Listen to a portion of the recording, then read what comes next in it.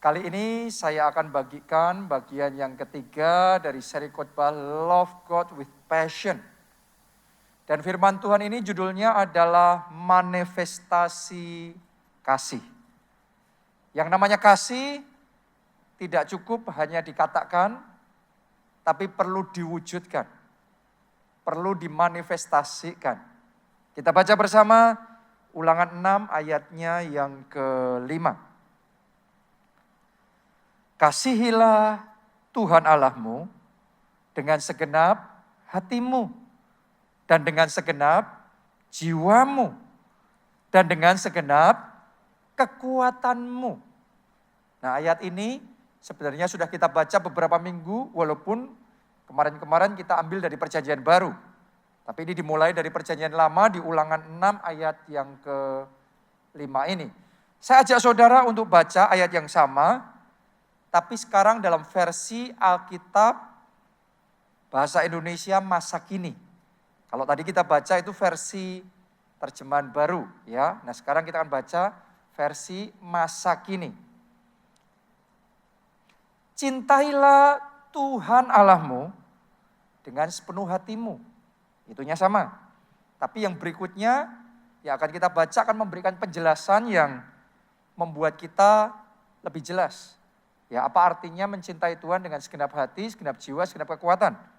Ditulis begini, tunjukkanlah itu dalam cara hidupmu dan dalam perbuatanmu. Ternyata yang namanya mengasihi Tuhan dengan segenap hati, segenap jiwa, segenap kekuatan, itu meliputi kasih kita harus ditunjukkan dalam cara hidup. Dalam perbuatan, bukan hanya dalam perkataan, tapi juga di dalam perbuatan. Bukan hanya diucapkan, tapi juga perlu untuk dikerjakan. Itu kasih yang sejati. Itu kasih yang nyata. Jadi mulai hari ini saya berdoa, kasih kita sama Tuhan, semuanya kita di sini, naik level. Kasih yang bukan cuma kita katakan, bukan cuma kita nyanyikan, tapi kita manifestasikan. Kita wujudkan, kita tunjukkan. Karena paling gampang, kita tuh ngomong cinta Tuhan. Semua orang Kristen juga cinta Tuhan. Tapi pertanyaannya, cintanya gimana? Ya, yang namanya cinta perlu dimanifestasikan. Nah, kita akan belajar bagaimana cara memanifestasikan, mewujudkan kasih kita sama Tuhan. Ada 4 yang saya mau bagikan sama saudara. Nomor 1, kalau kita cinta Tuhan, maka orang cinta Tuhan maunya membuat Tuhan happy. Itu cinta, itu kasih. Selalu mau membuat orang yang kita cintai happy. Beda sama nafsu. Kalau nafsu siapa yang happy? Kita, saya. Beda sama ego. Ego siapa yang mau dapat enaknya? Kita. Saya. Tapi kalau kasih bedanya sama-sama melakukan ini itu dan lain sebagainya. Perjuangannya lebih dari saya. Dia yang happy. Dia yang enak. Dia yang menang. Nah, seperti itu seharusnya kita cinta sama Tuhan. Bukan sekedar kita cari kita yang happy, kita yang enak, kita yang diberkati, kita yang ini, kita yang terus. Kalau kasih kita bukan kasih yang egois. Yang namanya kasih sejati, mengasihi Tuhan. Orang yang mengasihi Tuhan, maunya Tuhan yang happy. Orang kalau hatinya cinta Tuhan, maunya menyukakan hati Tuhan. Maunya menyenangkan hati Tuhan. Doa saya mulai sekarang, perkataan saudara menyenangkan Tuhan. Perenungan dalam pemikiran, karena dalam pemikiran kita itu kan ada perenungan. Ya, doa saya bahkan perenungan dalam pemikiran saudara pun menyenangkan hati Tuhan. Setiap keputusan yang kita ambil, langkah-langkah yang kita buat, itu selalu yang kita tanyakan dalam diri kita, apakah hal ini membuat Tuhan happy apa tidak? Kadang-kadang kita akan ada dalam satu situasi, satu posisi di mana kalau cerita cuma benar salah sih, terserah saja. Ini bukan sesuatu yang salah. Tapi ketika kita tanya, doa sama Tuhan, Tuhan happy enggak kalau saya lakukan ini? Dari jawaban situ kita ngerti, walaupun kita sebenarnya enggak dosa ngelakuin itu. Tapi buat Tuhan, supaya Tuhan happy, saya enggak mau lakuin itu. Oke, jadi kadang-kadang ada pergaulan tertentu, ada hal-hal tertentu yang kita perlu potong karena kita mau Tuhan happy. Sesimpel alasannya untuk Tuhan happy. Bukan salah apa benar, bukan boleh apa tidak, bukan dosa apa tidak dosa, tapi untuk Tuhan happy. Sesimpel itu aja. Ya. Jadi kalau hidup kita fokusnya adalah untuk membuat Tuhan happy, maka hari demi hari kita akan semakin peka. Hari demi hari kita akan semakin ngerti, ya, yang ini Tuhan happy, yang ini Tuhan tidak happy. Semakin peka. Bahkan kadang-kadang manusia ya, kita namanya manusia itu seringkali membuat alasan di dalam benak kita sendiri untuk melakukan sesuatu dan kita ngomong, oh ini enggak apa-apa, ini enggak apa-apa, saya boleh ngelakuin ini. Kita buat alasan macam-macam di benak kita harus kita lakuin. Tapi buat orang-orang yang hatinya maunya buat Tuhan happy, begitu Anda jalanin, nanti Anda akan lihat di sini alarm muncul. Di hati tiba-tiba kita ngerasa, wah ada yang salah ini, something wrong. Secara penjelasan pikiran, kayaknya enggak ada masalah. Kita sudah punya jawaban semua pertanyaan itu. Tapi di hati enggak damai sejahtera. Di hati kita ngerti kayak ada yang salah. Di hati kayak kita ngerti Roh Kudus itu enggak suka. Hari ini saya berdoa kepekaan saudara untuk ngerti isi hati Tuhan semakin berkembang dan semakin dipertajam. Mulai hari ini fokus dalam hidup kita lebih dari segalanya adalah menyenangkan hati Tuhan. Karena itu yang namanya kasih. Kasih itu kita bahkan beribadah seperti ini. Berapa banyak orang yang beribadah fokusnya adalah untuk Tuhan happy. Bukan apa yang saya dapat. Bukan Tuhan ngasih apa, bukan saya dapat apa. Tapi apa yang saya bisa lakukan untuk menyenangkan hati Tuhan. Itu dua hal yang berbeda, sama-sama beribadah. Sama-sama melayani Tuhan.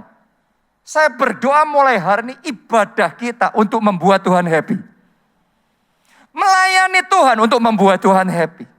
Jadi patokannya adalah Tuhan happy apa tidak. Karena itu akan menjadi game changer dalam kehidupan kita, dalam mengambil keputusan, dalam bertindak, dalam berkata-kata, itu akan mengubah segalanya. Suatu saat seorang pendeta, namanya adalah John Osteen. Mungkin Anda lebih familiar sama anaknya. Anaknya namanya Joel Osteen, ya di Amerika ini. Nah, waktu Pastor John Osteen memulai gereja itu, dia memulai di satu tempat yang kecil, sempit, jelek. Tapi karena Roh Kudus bekerja, gereja itu maju. Terus mereka punya kerinduan membangun gedung gereja mereka sendiri. Setelah itu mereka mulai ngadain janji iman. Dana mulai terkumpul.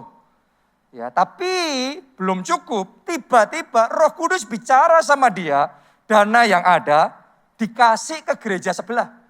Loh, dia kaget.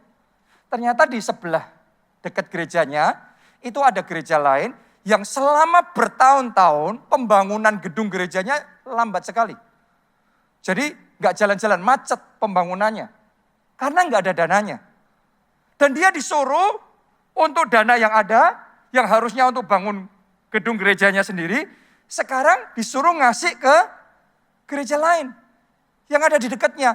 Saya mau tanya sama saudara, kalau Anda jadi dia, yang kayak gini nih enak nggak buat kita? Nggak enak kalau kita dalam posisinya dia, saya beresin dulu punya saya baru dia.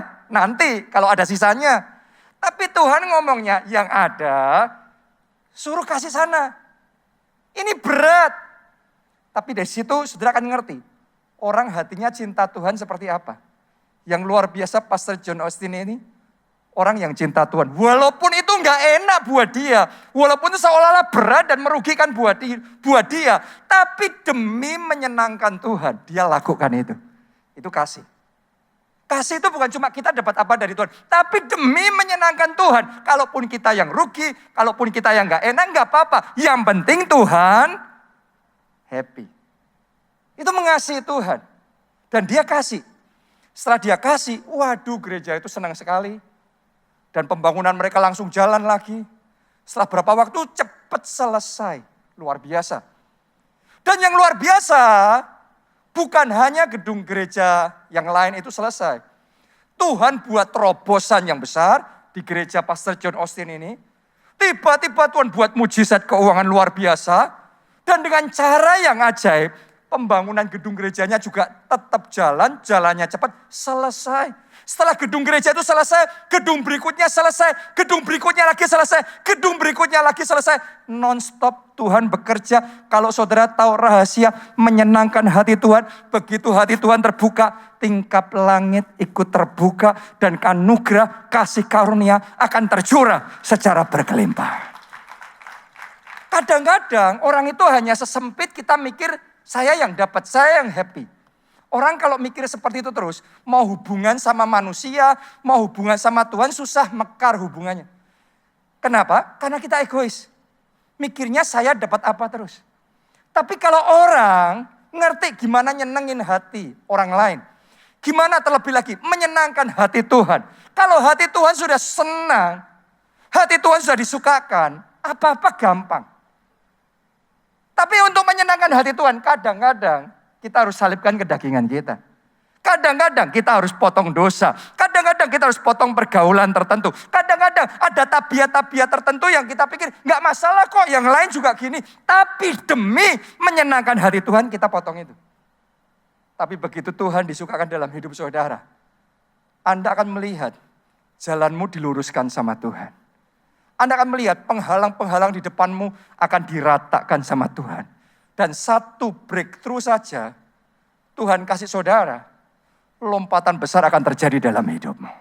Saya berdoa dalam nama Yesus mulai hari ini, lompatan besar, mujizat besar, kemenangan besar jadi dalam hidup saudara. Katakan amin. Kita kasih tepuk tangannya yang paling meriah buat Tuhan. Haleluya. Jadi mulai hari ini naik level, jangan ngomong cinta Tuhan saja. Mulai hari ini belajar menyenangkan hati Tuhan.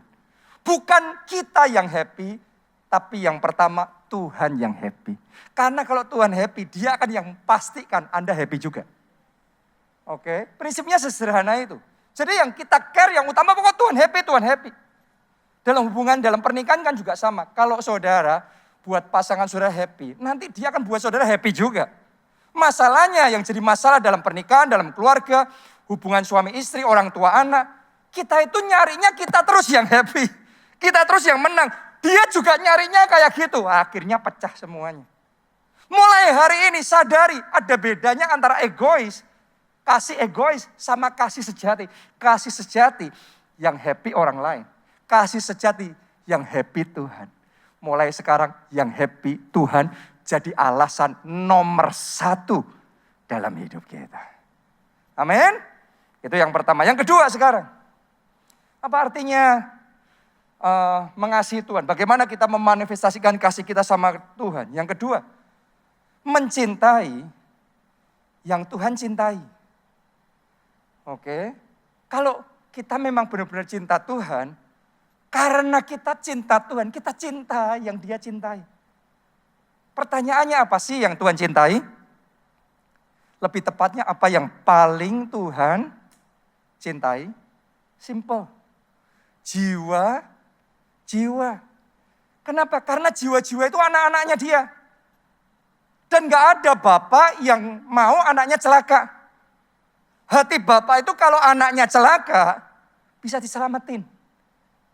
Kalau saudara menyelamatkan anak seseorang, pasti orang itu berhutang sama saudara. Benar enggak? Hati Bapa di surga adalah mencari dan menyelamatkan jiwa-jiwa yang terhilang. Kalau saudara cinta Tuhan, Anda ngerti Tuhan yang kita cinta, cintanya jiwa-jiwa, maka kita juga cinta jiwa-jiwa. Cinta jadi berkat buat mereka, cinta melayani mereka, cinta berdoa, berjuang buat mereka. Cinta bagaimana caranya berusaha untuk menjangkau dan menyelamatkan mereka. Kita baca Yohanes 21 ayatnya yang ke-15. Sesudah sarapan, Yesus berkata kepada Simon Petrus, Simon, anak Yohanes, apakah engkau mengasihi aku lebih daripada mereka ini? Saya yakin pertanyaan yang sama juga diajukan kepada kita semua. Apakah engkau mengasihi aku? Kata Tuhan, do you love me? Itu yang Tuhan tanyakan sama Petrus. Peter, do you love me? Petrus, apakah engkau mengasihi aku? Lanjutkan. Jawab Petrus kepadanya, benar Tuhan, engkau tahu bahwa aku mengasihi engkau. Kalau saat ini saudara ditanya sama Tuhan Yesus secara langsung, seperti waktu itu Petrus ditanya Tuhan Yesus langsung, do you love me? Apakah engkau mengasihi aku? Siapa di sini yang ngomong, ya Tuhan, aku cinta Tuhan? Angkat tangan saudara. Yang cinta Tuhan, sungguh-sungguh angkat dua tangan saudara. Semuanya? Lanjutkan ya. Tuhan Yesus ngomong gini sama Petrus. Dan juga sama kita. Orang-orang yang ngomong sama Tuhan bahwa kita cinta Tuhan. Tuhan ngomong begini. Kata Yesus kepadanya, gembalakanlah domba-dombaku. Dan percakapan ini, pertanyaan ini terulang 3 kali. Petrus, apakah engkau mengasihi aku? 3 kali Petrus menjawab, ya Tuhan, aku mengasihi engkau. Dan 3 kali Yesus ngomong, gembalakanlah domba-dombaku. Jadi buat Tuhan Yesus tuh mau ngomong sama Petrus, Petrus, ketika engkau menggembalakan domba-dombaku, kasihmu nyampe ke aku. Bukan cuma kamu ngomong mengasihi aku, tapi gembalakanlah domba-dombaku. Jadi hari ini saya ingin ajak saudara untuk menyadari ketika saudara menggembalakan domba-dombanya. Siapa domba-dombanya? Sebenarnya itu bicara juga tentang jiwa yang terhilang. Ketika saudara mau melayani jiwa-jiwa, Anda menguatkan yang lemah, Anda berdoa buat yang sakit, Anda menghibur yang susah, Anda jadi berkat buat orang-orang di sekeliling saudara, Anda menjangkau dan menyelamatkan mereka, membawa mereka kepada Yesus, mengenal Yesus sebagai Tuhan dan Juru Selamat. Ketika engkau melakukan itu, buat Yesus itu kasih nyampe ke aku. Kalau engkau mengasihi aku, itu yang kamu lakukan. Gembalakanlah domba-dombaku. Hari ini saya tantang saudara naik level. Jangan cuma ngomong mengasihi Tuhan tapi doing nothing. Yesus ngomong, engkau yang mengasihi aku, gembalakanlah domba-dombaku. Dimulai dari keluarga kita. Orang-orang terdekat kita, teman-teman kita. Orang-orang yang connect sama sosial media kita. Saya ajak saudara jadi berkat buat mereka. Saya ajak saudara mulai bersaksi buat mereka. Saya ajak saudara perjuangkan gimana caranya jadi berkat buat jiwa. Di zaman seperti kita sekarang ini, belajar pakai handphone saudara untuk menggembalakan domba-domba Tuhan, untuk jadi berkat buat jiwa-jiwa. Bukankah handphone itu berkat Tuhan? Ya, pakai handphone saudara untuk melayani Tuhan. Dulu handphone kita pakai hanya untuk telepon, benar apa tidak? Setelah beberapa waktu maju lagi, mulai bisa SMS. Setelah itu mulai ada chatting. Jadi handphone ini semakin luas. Ya, jadi smartphone, terus kita bisa pakai handphone untuk alarm kita. Ya, kita bisa pakai handphone untuk buku harian kita, untuk checklist kita. Kita bisa pakai handphone untuk pesan taksi, untuk pesan makanan. Sekarang untuk belanja berbagai macam kebutuhan sehari-hari. Semakin luas. Kenapa enggak kita belajar pakai handphone untuk bersaksi? Pakai handphone untuk melayani. Caranya gimana? Sederhana. Kalau Anda diberkati dengan khotbah-khotbah di gereja kita, Pak Obaja, Bunita, khotbah saya, Anda bisa sharekan itu kepada teman saudara, keluarga saudara, untuk menguatkan mereka, jadi berkat buat mereka. Konten-konten di JSM Anda bisa sharekan.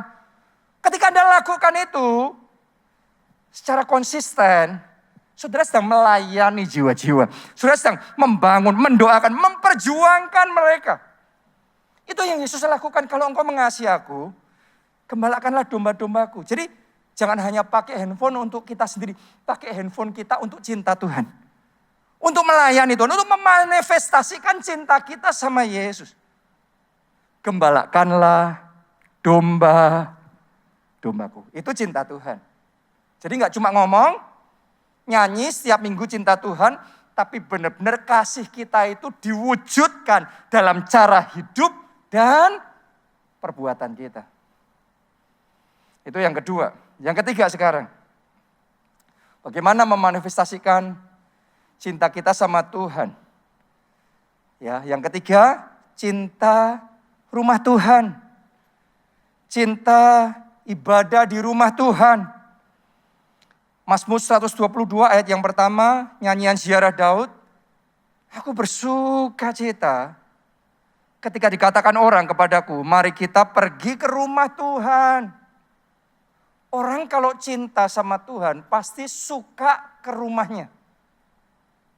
Pasti betah di rumahnya, di gerejanya.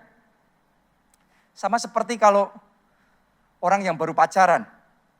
Saya tanya sama saudara, orang kalau baru pacaran jatuh cinta, happy nggak pergi ke rumah pacarnya?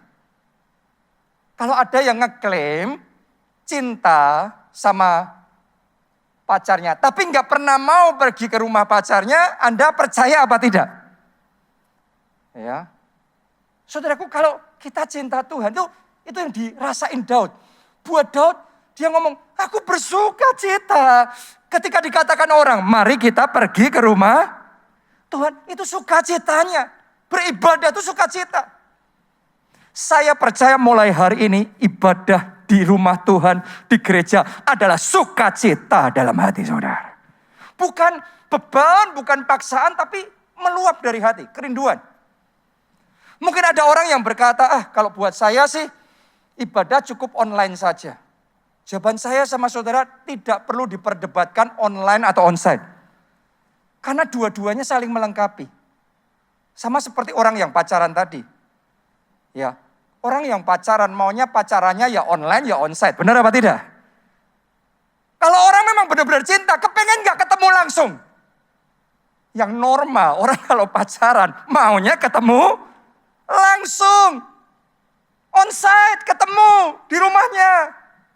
Tapi kalau nggak bisa ketemu pun, online jalan terus. Benar apa tidak? Itu normalnya.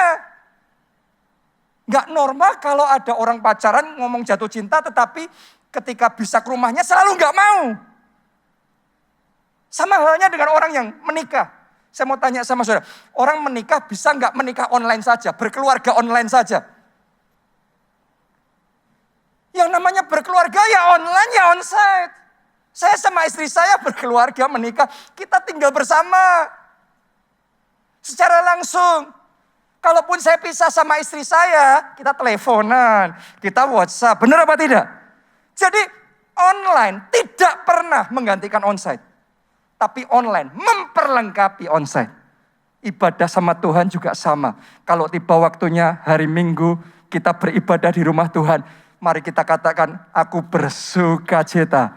Ketika dikatakan orang, mari kita pergi ke rumah Tuhan. Boleh katakan amin, amin.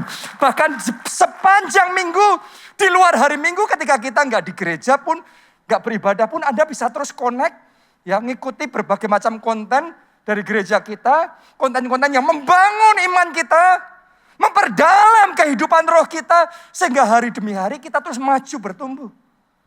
Ada renungan harian, ada saat teduh, ada ayat-ayat profetik, ada inspirasi, ada leadership. Itu konten-konten banyak sekali.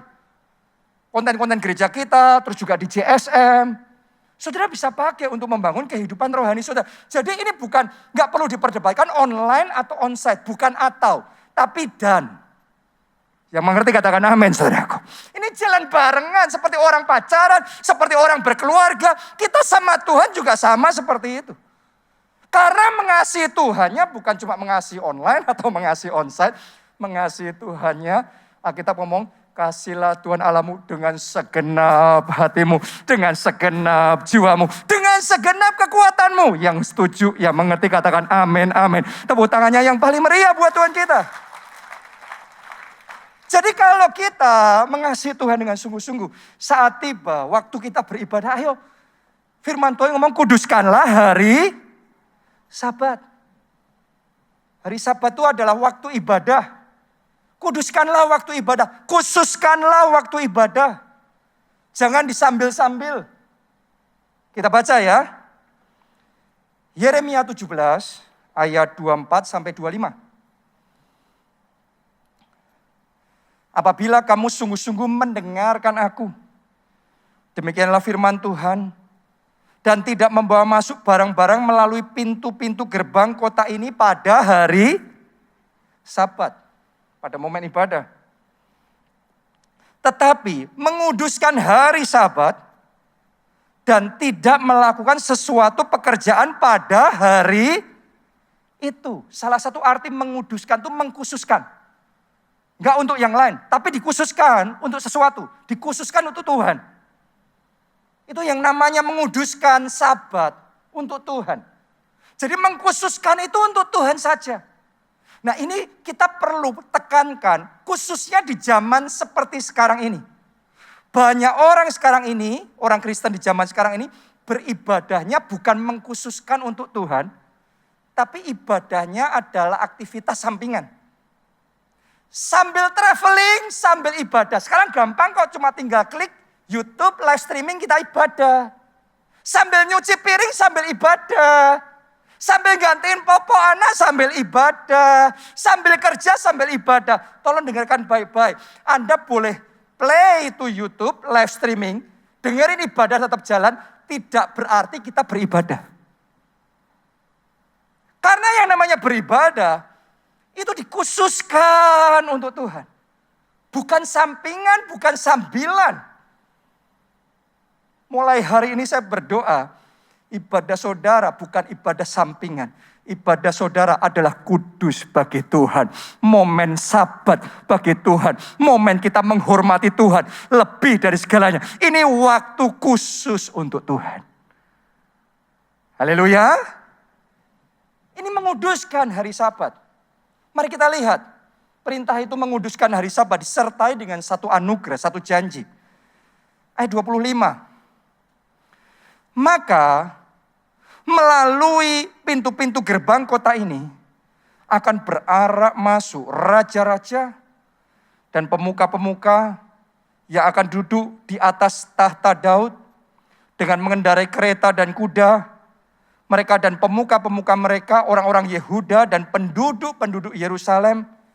Dan tolong perhatikan, kota ini akan didiami orang untuk selama-lamanya.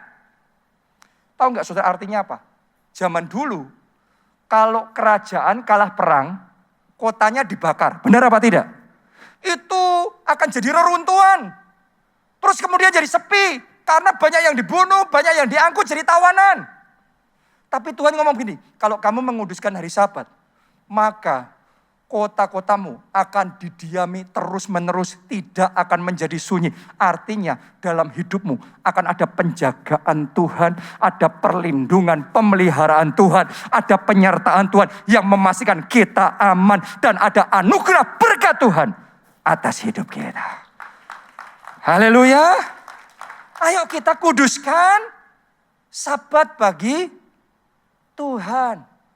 Jadi jangan sampai ibadah kita ini sampingan, sambil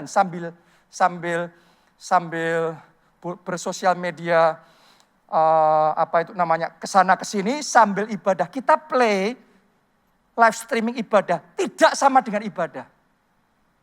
Oke, hanya karena YouTube-nya masih jalan, tidak berarti kita ibadah.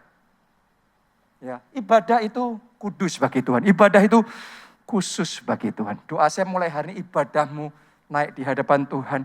Jadi korban yang harum, yang berkenan, yang menyukakan hati Tuhan. Boleh katakan amin? Ayo kita kasih tepuk tangannya yang paling meriah buat Tuhan kita.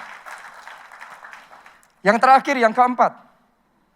Bagaimana memanifestasikan kasih kita sama Tuhan. Yang keempat, bangga dan tidak bisa diam menceritakan kebaikan Tuhan, kasih Tuhan, pertolongan Tuhan, kuasa Tuhan. Ibaratnya kalau saudara punya hobi, apakah saudara hobi binatang atau saudara hobi apa, terus Anda ketemu sama teman saudara, saya yakin most of the time Anda akan cerita hobimu kepada temanmu. Benar apa tidak? Kenapa kita suka itu? Ibaratnya juga orang tua. Karena dia sayang banget sama anaknya. Kalau ketemu sama sesama orang tua, ceritanya apa? Tentang anaknya. Karena dia sayang, dia bangga sama anaknya. Bahkan kalau anaknya ada kekurangan pun, yang dia ceritakan kelebihannya. Karena cinta. Jadi kalau kita cinta Tuhan, orang kalau benar-benar cinta Tuhan, kita nggak akan diam. Akan ada dorongan di hati kita untuk menceritakan, Tuhanku itu baik. Yesusku itu luar biasa. Kita akan ceritakan pertolongannya, kebaikannya, anugerahnya, mujizatnya, jawaban doanya, kuasanya, pengalaman-pengalaman kita pribadi bersama Tuhan. Kita akan ceritakan sama orang-orang di sekeliling kita. Itu cinta Tuhan. Jadi mulai hari ini, kalau saudara cinta Tuhan, ayo bersaksi. Jangan diam, dimulai dari keluarga sudah bersaksi. Teman-teman saudara Anda bersaksi. Mazmur 119 ayat yang ke-46. Aku hendak berbicara tentang peringatan-peringatanmu di hadapan raja-raja. Dan aku tidak akan mendapat malu. Ada enggak yang malu bersaksi? Tapi Daud tidak. Saya ajak saudara mulai hari ini dengan bangga saksikan Yesusmu kepada sebanyak mungkin orang. Dengan bangga karena kita cinta Yesus. Kita cinta Tuhan. Beritakan Yesus kepada dunia. Daud saudaraku bukan hanya menceritakan kepada sembarang orang. Siapa saja dia ceritain, termasuk raja-raja. Ditulis di sana tadi. Daud ngomong, aku menceritakan peringatan-peringatanmu kepada raja-raja. Termasuk para pembesar-pembesar. Daud bersaksi. Hari ini saya ajak saudara, kalau Tuhan menempatkan saudara di kantor itu, ada alasan Tuhan, Anda harus ceritakan Yesus jadi saksi Tuhan di sana. Kalau sudah tempatkan saudara di satu komunitas, jadi terang dunia di situ. Jadi garam dunia di situ. Mari bersaksi. Suatu ketika ada suami istri yang baru saja menikah. Baru saja menikah itu maunya honeymoon ya. Itu momen yang indah, awal mereka menikah.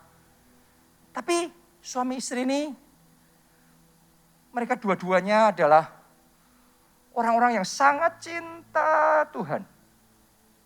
Bukan cuma mereka cinta Tuhan, tapi mereka terpanggil jadi misionaris. Untuk memberitakan Injil di pedalaman. Dan ini bukan ilustrasi, ini kisah nyata yang saya ceritakan sama saudara. Ya, di zaman sekarang, semakin jarang kita dengar cerita kayak gini. Apalagi ketemu sama orang yang seperti itu, yang terpanggil memberitakan Injil sampai ke pedalaman. Tapi itu mereka. Setelah menikah, mereka berangkat untuk mulai memberitakan Injil, bersaksi. Suatu kali mereka sampai di satu desa dan mereka mau masuk ke situ untuk memberitakan Injil di sana. Tapi dalam perjalanan itu ternyata ada penjaga gerbang kayak palangnya menuju ke tempat itu. Itu jalan ke sana. Dan ada penjaganya di sana ngomong sama mereka, kamu jangan ke sini, bahaya. Tidak boleh orang masuk. Loh, kenapa? Karena para penduduknya masih kanibal, pemakan manusia. Jadi sampai dengan pada waktu itu, ya semua orang yang melewati gerbang itu, masuk ke desa itu, nggak ada satupun yang pulang kembali. Semua orang yang berangkat ke sana, pergi maju ke sana, semuanya mati, semuanya, pokok nggak ada yang bisa pulang ke situ. Nah ini resiko besar, maunya bersaksi tentang Yesus tapi resikonya taruhannya nyawa. Yang laki berani, tapi dia baru menikah, dia mau pastikan sama istrinya. Jadi dia tanya sama istrinya gimana. Dia ngomong kalau kita masuk, kita pergi memberitakan Injil, kita nggak bisa pulang. Mereka pandang-pandangan saudaraku. Tahu nggak apa yang diomongkan istrinya? Istrinya jawab gini, Tuhan Yesus ketika memberikan amanat agung, dia hanya berkata, pergilah, jadikanlah semua bangsa muridku. Dan Tuhan Yesus gak pernah ngomong pulanglah. Jadi kita pergi. Wow, mereka bergandengan tangan dan dengan mantap mereka ambil keputusan pergi, masuk, memberitakan Injil sekalipun tahu resikonya sebesar itu. Dan memang mereka gak pernah pulang. Itu resiko yang memang mereka hadapi. Mereka langsung sampai ke surga. Saya mau ngomong begini sama saudara. Saya tidak minta saudara untuk jadi martir, memberitakan Injil. Tapi paling tidak Anda mulai dari lingkungan di mana Anda ada. Kalau ada kesempatan, ceritakan Yesus kepada mereka. Ceritakan kebaikannya. Ceritakan pertolongannya. Ceritakan anugerahnya yang tersedia buat mereka. Apa yang kita bisa lakukan? Mari kita lakukan buat Tuhan. Saya percaya di sini semuanya adalah orang-orang yang cinta Tuhan. Mulai hari ini bangkit bersaksi. Mungkin buat saudara ketika Anda dengar saya cerita tentang suami istri ini, di benak saudara berpikir, kok ada ya orang yang sampai cinta Tuhannya seperti itu. Sederhana. Orang-orang yang cinta Tuhannya sampai seperti itu adalah orang-orang yang sudah terlebih dahulu merasakan cinta Tuhan dalam hidup mereka.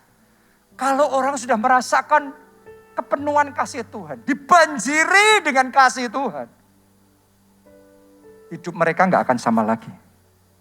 Orang kalau sudah dijamah, disentuh dengan kasih Tuhan, itu yang kayak suami istri ini gak ada yang memberi perintah, memaksa kamu jadi martir ya, gak ada.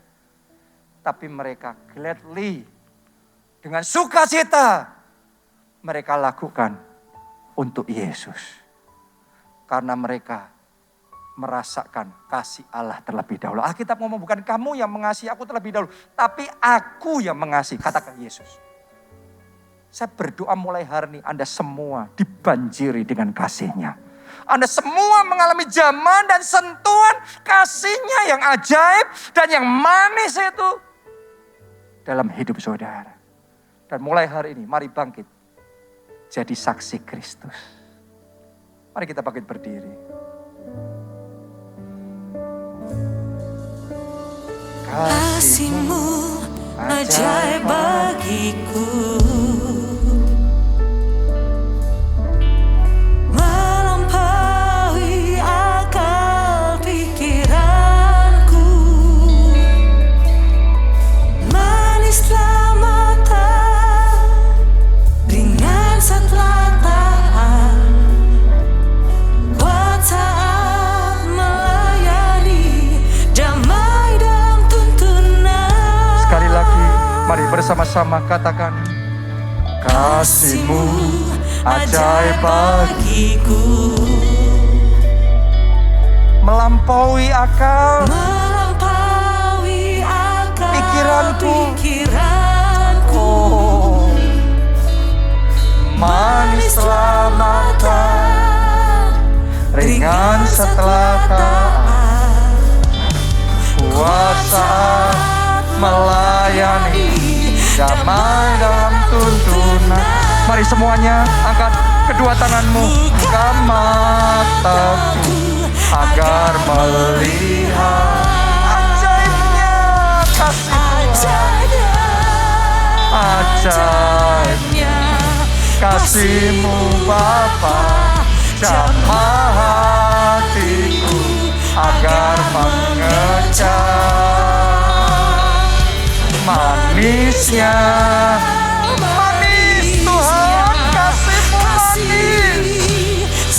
Oh, mengalirlah kasih-Mu Tuhan.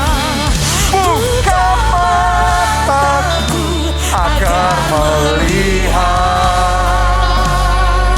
ajaibnya, ajaibnya kasih-Mu Bapa, jamah hatiku agar mengejar manisnya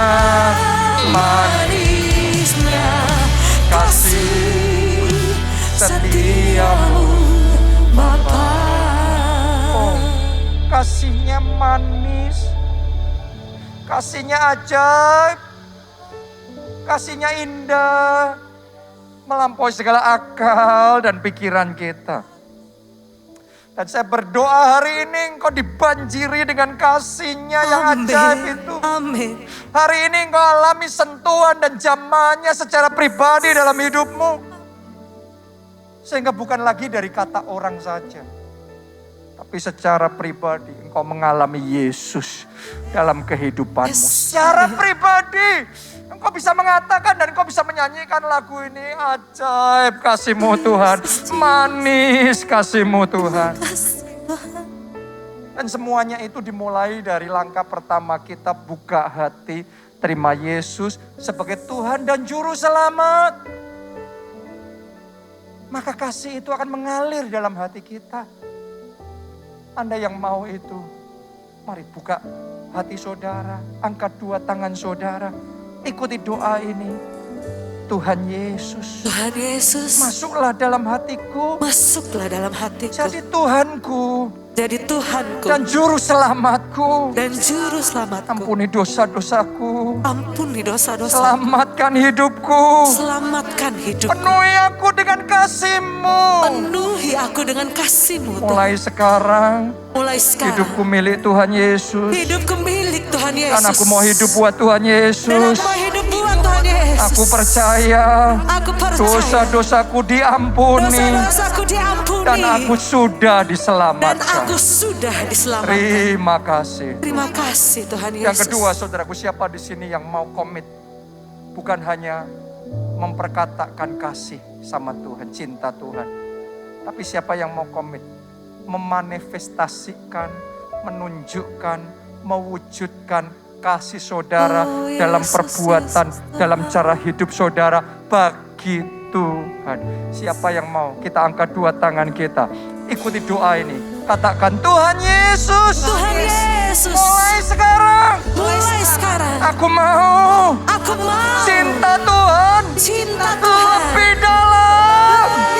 Mari semuanya masing-masing berdoa. Katakan, Tuhan, aku mau menyenangkan hatimu. Bukan sekedar mencari happy-ku sendiri. Tapi aku mau mengejar Tuhan yang happy. Tuhan yang senang. Tuhan yang disukakan. Dalam perkataan, melalui perbuatan, perenunganku, pikiranku, Tuhan disukakan.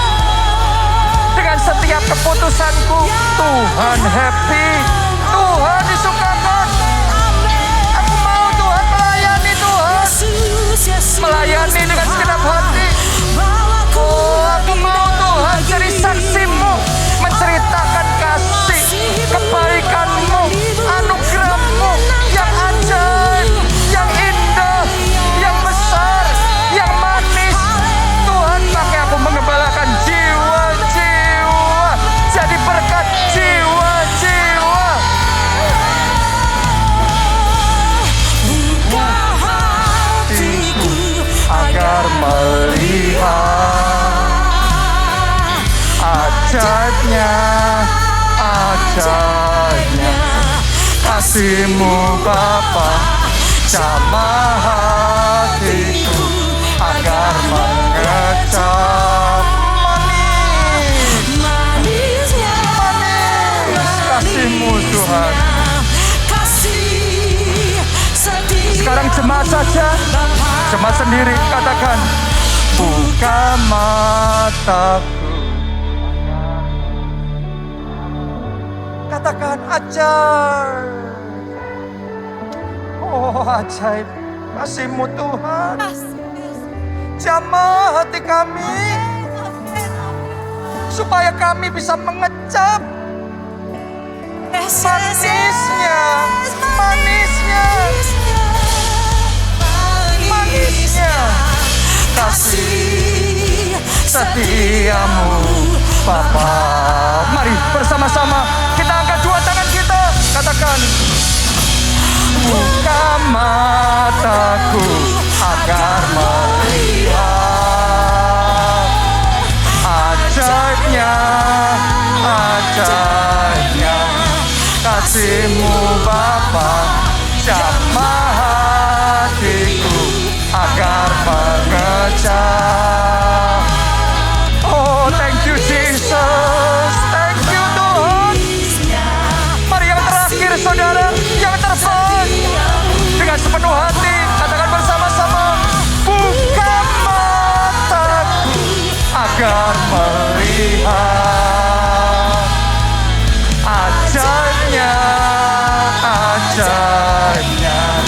kasih-Mu Bapa jamah hatiku agar mengecap manisnya kasih setiamu Bapa. Manisnya kasih setiamu Bapa. Manisnya kasih setiamu Bapa. Haleluya. Terima kasih Tuhan. Amin. Siapa yang merasakan dan percaya kasih Tuhan manis dan ajaib. Kita kasih tepuk tangan yang paling meriah buat Tuhan kita. Dan saya punya berita baik, good news buat kita semua. Ini sudah kita nantikan, walaupun belum bisa saya umumkan tanggalnya sekarang. Ya, tetapi coming soon. Dalam tempo yang secepat-cepatnya, waktu yang sesingkat-singkatnya, ibadah Kids Impact Onsite akan segera dibuka kembali. Wah, ini sudah dinantikan bersama karena selama ini banyak dari kita yang mau ibadah tapi susah karena anak-anak memang belum boleh. Ya, dan ibadah Kids Impact juga belum dibuka. Tapi seiring dengan kebijakan pemerintah sekarang yang sudah membuka pelajaran tatap muka, ya, maka demikian pula di sekolah minggu Kids Impact di gereja kita. Anda doakan ya, kita lagi matangkan persiapannya supaya prokes semuanya dipersiapkan dengan baik, dengan matang, ya, aman buat anak-anak kita, lingkungan semuanya dipersiapkan dengan baik, ya. Maka di awal November, jadi saya berharap minggu depan kita sudah bisa umumkan tanggal yang pasti, tapi awal November ibadah Kids Impact Onsite dimulai. Haleluya. Ya, jadi buat para orang tua yang selama ini nggak bisa bawa anaknya ke gereja, sekarang Tuhan mulai buka jalan buat kita kembali. Ya, selama ini banyak yang terhambat, ngalami halangan seperti itu. Anak-anak saya sendiri sudah mulai ibadah onsite 1 bulan ini. Anak yang pertama dan kedua sudah onsite. Yang ketiga belum karena belum bisa secara umur. Tapi nanti November begitu ibadah Kids Impact, kita sekeluarga kembali bisa beribadah bersama-sama. Ini anugerah Tuhan sekali lagi yang luar biasa Tuhan berikan kepada kita. Angkat 2 tangan saudara dan terima blessing ini. Diberkatilah saudara oleh Tuhan. Diberkatilah keluarga saudara oleh Tuhan. Amin. Diberkatilah studi dan pekerjaan saudara oleh Tuhan. Amin. Diberkatilah kesehatan dan masa depan saudara oleh Tuhan. Amin. Dan diberkatilah pertumbuhan rohani serta pelayanan saudara oleh Tuhan. Amin. Dalam anugerah Allah Bapa, cinta kasih Yesus Kristus, dan persekutuan dengan Roh Kudus sekarang sampai selama-lamanya. Mari bersama kita katakan, amin.